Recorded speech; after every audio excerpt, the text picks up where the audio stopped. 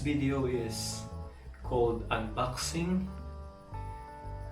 dahil mag-unbox ako ng box na order ko sa Lazada.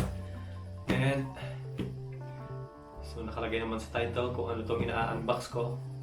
And I'm not a professional photographer. And bumili ako nito dahil gusto kong maka-capture ng mga wildlife tulad ng mga ibon. And kaya gumawa ako ng video tungkol sa unboxing kasi baka mamaya ang laman nito ay imbis na lens is camera.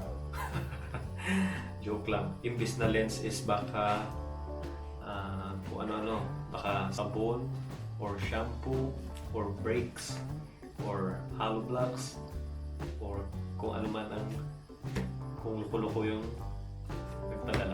Okay. Or kung pinalitan man tong box, hindi natin alam. Para sigurado, I'm going to vlog this unboxing video. Okay, so here it is. And yung camera ko pala is the Fujifilm xt100. So let's start unboxing. Here it goes. Okay, here it is. I ordered it on January 17. Okay, so let's start the unboxing. Okay, see, here's the store name. Best Zone. Okay.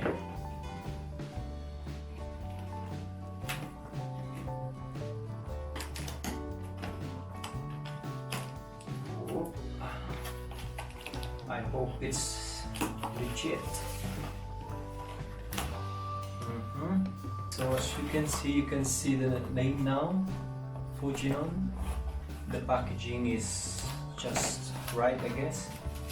So we have an outer box and a bubble wrap. Fujinon xt100 to 230mm f4.5 to 6.7 OIS2. Let's open it.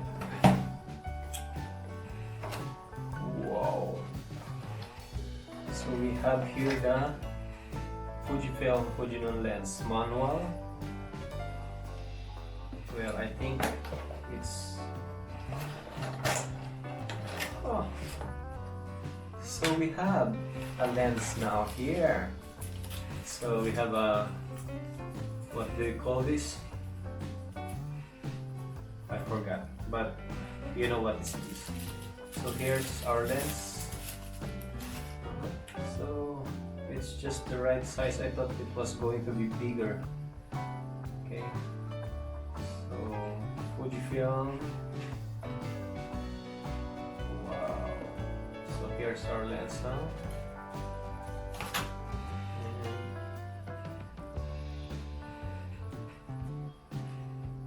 Okay. No, there's nothing wrong with the lens. I hope there's no fungus. Okay. And it's long when you add this one. But it's nice. Okay, so I'm going to try this now. So here are some pictures and videos of it. Hi guys! Magandang araw sa inyong lahat, and I'm here again, Jude Butaslap, and I checked my laptop for the videos or pictures that I haven't edited yet, and nakita ko tong video na to. So it was still in January nung in-order ko tong lens, and now ngayon ko palang itutuloy. So here it is, the lens that in-unbox ko noong January, and today is already March 30. Okay guys, so pakita ko sa inyo na dito na siya sa body ng aking xt100. And kapag sinusum mo siya is ganito siya kahaba. Yeah.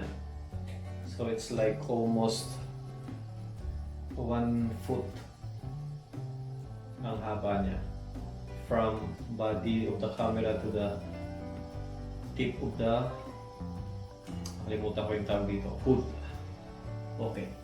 So, yun na nga guys. So, I promised dun sa last video ko na magpapakita ako ng mga pictures and videos nitong lens na to and nitong camera na din.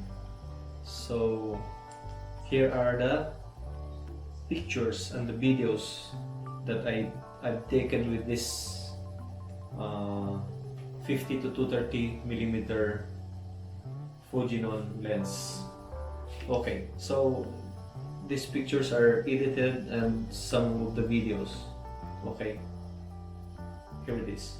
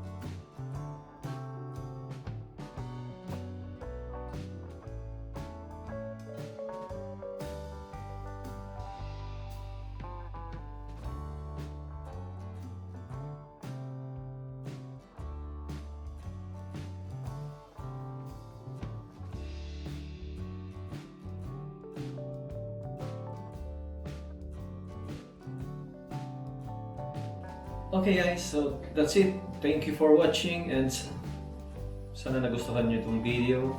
And pa-subscribe na rin sa aking YouTube channel. And that's it. Okay, bye!